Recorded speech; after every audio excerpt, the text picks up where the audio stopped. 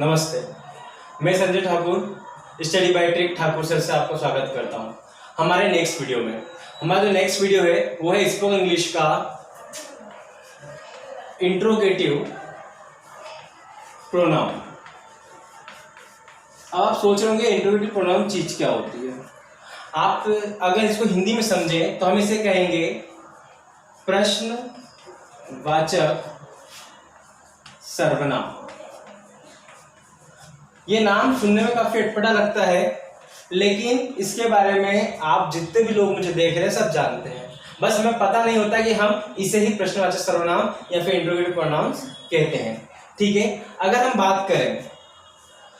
बात करें हमारे इस टॉपिक के बारे में, तो सबसे पहले अगर ध्यान से देखा जाए तो जैसे कि आपने देखा होगा ये वाला वर्ड WHAT, वॉट का मतलब सबको पता है। वॉट का मतलब क्या होता है?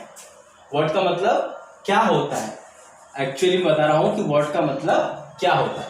ठीक है, इसी प्रकार आगे हम चले तो आपने ये वर्ड देखे होंगे इस टाइप से, व्हेन यानी कि कब, और ये सभी प्रश्न में रखते हैं। अगर आपने ध्यान से देखो, व्हाट, व्हेन, हाउ। जनरली आपने वर्ड सुना होगा हाउ आर यू, आप कैसे हैं, यानी कि हाउ। ठीक है, इसी प्रकार हम बात करें WHY, वाई यानी होता है क्यों। ठीक है, इसी प्रकार हम बात करें हमारा एक वर्ड और होता है वेयर। वेयर मतलब क्या होता है? वेयर मतलब होता है कहाँ। ठीक है, ये ऐसे वर्ड होते हैं, हालांकि अगर मैं इनकी गिनती अगर चालू करूं तो शायद ये करीब 100-500 से ऊपर ही है, बट हमें खासकर इंग्लिश में काम आने वाले जो वर्ड होते हैं मैं आपको बता रहा हूं। जैसे सबसे नंबर 1 हमारा है व्हाट यानी क्या, नंबर 2 व्हेन यानी कब, नंबर 3 हाउ यानी कैसे, नंबर 4 व्हाई यानी कि क्यों, नंबर 5 वेयर यानी कहाँ, नंबर 6 हु। जनरली आपने सुना होगा हु आर यू, यानी कि आप कौन हैं। ठीक है, तो इस टाइप का वर्ड आपने सुना होगा। ठीक है, इसी प्रकार और भी बहुत सारे वर्ड होते हैं, आपने वर्ड भी देखा होगा WHICH, विच यानी होता है कौन सा। ठीक है, इसी प्रकार और आप बता सकते हैं। ठीक है, हालांकि इस तरह से बात करी जाए तो ये करीब 100-500 से ऊपर ही वर्ड होते हैं, बट मैं आपको बता रहा हूँ मेन इस्तेमाल होने वाले वर्ड। तो ये होते हैं हमारे सारे इंट्रोगेटिव प्रोनाउंस। इसके अगर मैं आपको हुआ तो मैं आपको इसकी पूरी एक लिंक आपको शेयर कर दूंगा। ठीक है, अभी आप फिलहाल नोटिस करिए कि इन शब्दों का इस्तेमाल कहाँ किया जाता है। जब कभी आप किसी से कोई प्रश्न पूछेंगे तो वहां पे आप इसका इस्तेमाल करेंगे what, when, how, why, where, who, which. ठीक है, अगर हम बात करें इंट्रोगेटिव प्रोनाउंस के बाद में, तो सबसे पहले अगर ध्यान देने वाली चीज है तो वो है आपका नेक्स्ट टॉपिक, जो कि आपका रहेगा वर्ब। अब आप सोच रहे होंगे ये वर्ब क्या चीज होती है।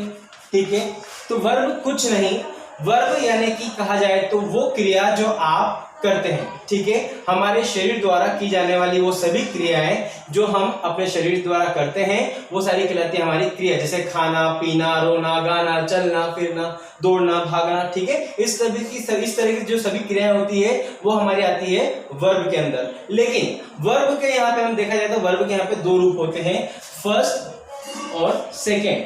फर्स्ट वाले को बोलते हैं हेल्पिंग वर्ब। क्या बोलते हैं उन्हें हम? Helping verb. सेकेंड वाली जो होती है इसे हम बोलते हैं हमारा मेन वर्ब। क्या बोलते हैं इसे हम? हमारा मेन वर्ब। अब ध्यान देने वाली बात है कि मैं यहाँ पे आपको नेक्स्ट वीडियो में हमें इनका बहुत इस्तेमाल करना पड़ेगा, तो मैं इन्हें शॉर्ट फॉर्म में बोलूंगा। हेल्पिंग का H और वर्ब का V, यानी कि शॉर्टकट में कहा जाए तो HV। आखिर देखिए नाम बड़ा सिंपल है, हेल्पिंग वर्ब। अब हेल्पिंग वर्ब मतलब क्या? इसको हम बोलते हैं सहायक क्रिया। किसी भी अंग्रेजी वाक्य को बनाने के लिए आपको हेल्पिंग वर्ब और मेन वर्ब की हेल्प लेना ही पड़ती है, इसके बिना आप उन्हें नहीं बना सकते। जिस तरह हेल्पिंग वर्ब का मतलब होता है सहायक क्रिया, इसी प्रकार मेन वर्ब का मतलब होता है मुख्य क्रिया।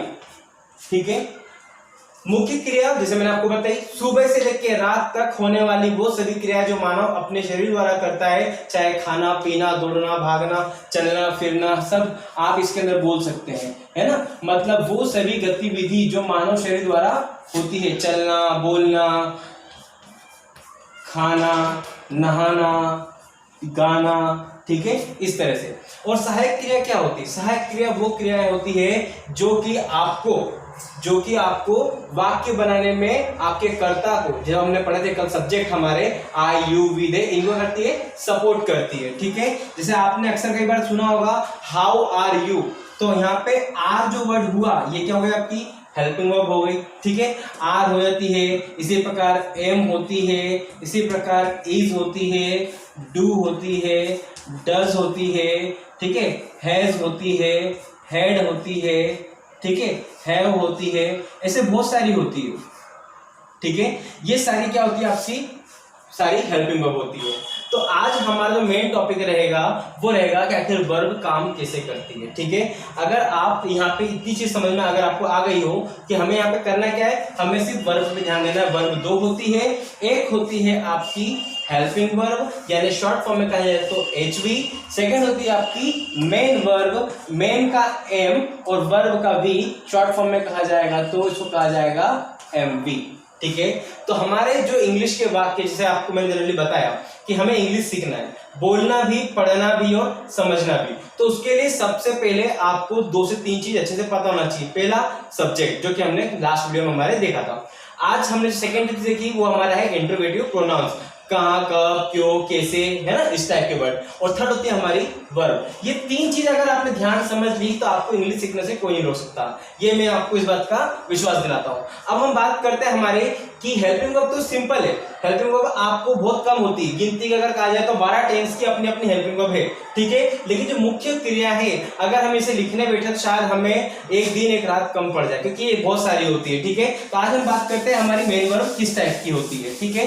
तो अगर हम बात करें मेन वर्ब की, हम बात करें यहाँ पे वर्ब के अंदर मेन वर्ब की, तो मेन वर्ब अगर ध्यान से देखी जाए, जो मेन वर्ब है मैंने शॉर्ट फॉर्म में लिख दिया यहाँ पे से एमवी।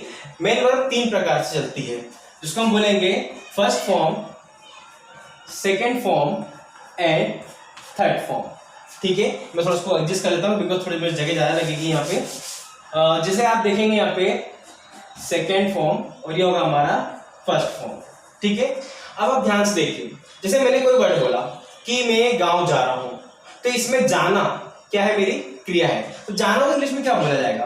अगर हम बात करें यहां पर जाना, जाना को इंग्लिश में बोला जाता है गो। इसका सेकेंड फॉर्म जो होगा वो होगा वेंट, और जो थर्ड फॉर्म होगा इसका वो होगा गॉन।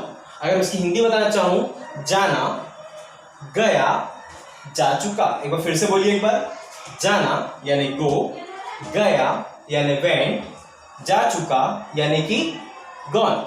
तो यहाँ पे जनरली जो थर्ड फॉर्म होती है वो अपना काम पूरा कर चुकी होती है, ठीक है। जैसे कि ध्यान से देखा जाए, मैंने बोला यहाँ पे खाना। अब खाना क्या होता है? खाना जो हम घर में बनाते हैं वो नहीं, जो हम खाना खाते हैं, ठीक है। तो हम जब खाना खाएंगे तो उस क्रिया को कहा जाएगा ईट। सेकेंड फॉर्म इसका होता है एट, एंड थर्ड फॉर्म जो होता है हमारा वो होता है ईटन, ठीक है। फिर से एक बार बोल के देखिए, खाना, खाया, खा चुका। फिर से एक बार, जाना, गया, जा चुका, खाना, खाया, खा चुका। इसी प्रकार हम अगर तीसरी बात करें, ऐसे बहुत सारे वर्ड होते हैं, लेकिन मैं आपको कुछ एग्जांपल दे रहा हूं ताकि आप अपनी डिक्शनरी या यूट्यूब या अगर कहा जाए शॉर्टकट में तो आप इंटरनेट वगैरह से आप इनको और निकाल सकते हो वर्ब कौन कौन सी होती है। लेकिन मैं जनरली बता रहा हूँ वो सभी क्रियाएं जो हम दैनिक जीवन में रोज डेली लगातार करते हैं। जैसे हम बात करें हमारे एक नया वर्ड, जैसे कि हमने बोला लेना, ठीक है। आपने कोई भी चीज अगर मान लो किसी से ली है तो हम उसे बोलेंगे टेक, टेक यानी लेना। सेकेंड फॉर्म इसका होता है टूक, एंड थर्ड फॉर्म इसका होता है टेकन। इस टाइप, फिर से एक बार देखिए, टेक, टूक, टेकन, लेना, लिया, ले चुका। इसी प्रकार अगर कोई वर्ड होगा देना, give, give, given, GIVEN, give देना, गिव दिया, गिवन दे चुका। वेरी गुड, बहुत सही बताया आपने। एक बार फिर से देखिए, गिव देना, गिव दिया, गिवन दे चुका। ठीक है, इसी प्रकार आप और सारी वर्ब बना सकते हैं। जैसे कि आपने बोला होगा कि आना, है ना, जाना का है तो फिर आने का भी होना चाहिए। आना, आना को हम क्या बोलते हैं? आना होता है कम। ठीक है, सेकेंड फॉर्म इसका होता है कैम, थर्ड फॉर्म इसका होता है अगेन कम। कम, कैम, कम, आना, आया, आ चुका। ठीक है, ऐसी बहुत सारी वर्ब होती है जिन्हें आप फॉलो कर सकते हैं। ठीक है, डिक्शनरी में आपको अच्छे से मिल जाएंगे ये सारे शब्द आपको। ठीक है, आप इनके फर्स्ट फॉर्म निकाल लीजिए और ऐसे कोई वर्ड जो आपको समझ में नहीं आता मुझे बताइए, मैं उसका फर्स्ट सेकंड थर्ड फॉर्म आपको दे सकता हूं। लेकिन वो सभी क्रियाएं जो आप सुबह से लेकर दिन रात आप करते हैं उन सभी को आप आराम से लिख सकते हैं। जैसे एक और वर्ड होता है, लिखने से याद आया मुझे, लिखना। ठीक है, लिखना होता है हमारा राइट, WRITE, राइट। इसका सेकेंड फॉर्म होता है रॉट, थर्ड फॉर्म होता है इसका रिटन। ठीक है, तो ये सारे जो वर्ड हैं, ये सारे वर्ड आपको इस्तेमाल करने हैं। अब आप सोच रहे हैं कि हमें फर्स्ट फॉर्म का होता है, हम सेकंड फॉर्म थर्ड फॉर्म का इस्तेमाल कैसे करेंगे? तो वो जिम्मेदारी मेरी है। आप सिर्फ इतना करिए कि आपको कुछ ऐसे वर्ड निकाल के रखना है जो आप दिन प्रतिदिन बार बार यूज करते हैं। ठीक है, जैसे कि आना, जाना, बोलना, चलना, है ना। अगर हम बात करें एक वर्ड, हमें मुझे एक और वर्ड याद आ गया, चलना। ठीक है, जैसे चलना, चलना क्या होता है? वॉक। ठीक है, WALK, वॉक। सा सेकेंड फॉर्म होता है WALKED, वॉक्ड। और थर्ड फॉर्म भी इसका होता है WALKED, वॉक। ठीक है, यानी कि चलना। ठीक है, ऐसे एक वर्ड होता है इसके सिमिलर वर्ड, टॉक, यानी बात करना, टॉक, टॉक्ड, टॉक्ड। ठीक है, तो ये सारे वर्ड जो होते हैं आप इसको आराम से कर सकते हैं। Talked, talked, talk. ठीक है, ये इसको हम बोला जाएगा इंग्लिश में बात करना। ठीक है, आई होप आपको जो बता रहा हूं समझ में आ रहा होगा। ठीक है, आपको करना क्या है? आपको करना सिंपल सा ये है कि आपको अपनी वर्ब, आपको खुद डेली कोशिश करिए आप 5 वर्ब निकालिए और 5 के आप first second third form create करिए। ठीक है, ये आपको काफी हेल्प करेंगे अंग्रेजी बोलने में और लिखने में और समझने में, क्योंकि जब तक आपको वर्ब याद नहीं होगी आप इंग्लिश बोलना भूल जाइए, या समझिए कि आपको आ नहीं सकती, क्योंकि कुछ चीजें ऐसी होती है इंग्लिश के अंदर जो कि पूरी तरह से वर्ब पे ही डिपेंड होती है। ठीक है, तो आपको सबसे पहले करना क्या है, जो मैंने 3 चीज बताई। सबसे पहले आप सब्जेक्ट अच्छे से करिए, सेकेंड आप करिए अच्छे से इंट्रोगेटिव प्रोनाउंस, और थर्ड आप करिए वर्ब। इन तीनों को करने के बाद मैं आपको श्योर कराता हूं कि जब मैं आपको टेंसेस बताऊंगा, टेंस आपको समझाऊंगा मैं, तो आप इजीली उन शब्दों को जो कि आपने कभी सिर्फ बोले हैं मुंह से, आप उसे इंग्लिश में भी कन्वर्ट कर सकते हैं। आई होप आपको मेरा वीडियो समझ में आया होगा। अगर आपको कहीं पे भी कुछ डाउट आता है तो आप मुझे रिप्लाई कर सकते हैं, मैं आपको उसका सॉल्यूशन वापस सेंड करूंगा। ठीक है, थैंक यू सो मच। आप कोशिश करिए कि अगर आप मेरे वीडियो पे नए हैं तो उसे शेयर कीजिए, लाइक कीजिए और सब्सक्राइब कीजिए। और ऐसे बच्चे जो कि जनरली आपके आसपास रहते हैं, जो कि 10th पास है, आपके हो सकता है घर परिवार में ऐसे व्यक्ति जो पढ़े लिखे लेकिन इंग्लिश उन्हें ढंग से नहीं आती, तो आप कोशिश करिए आप उनकी हेल्प कीजिए। ठीक है, चैनल को सब्सक्राइब करना तो जरूरी नहीं है जितना कि आप उन्हें ज्ञान दें। ठीक है, मेरी कोशिश हमेशा ये रहेगी कि मैं आपको जितना हो सके उतना आपको सिखा सकूं। मेरा लक्ष्य रहेगा कि आप जितना हो सके अपनी पढ़ाई को लोगों तक पहुंचाएं। ठीक है, थैंक यू सो मच। अगर आपको मेरा वीडियो अच्छा लगा तो इसे लाइक जरूर कीजिएगा। Thank you so much.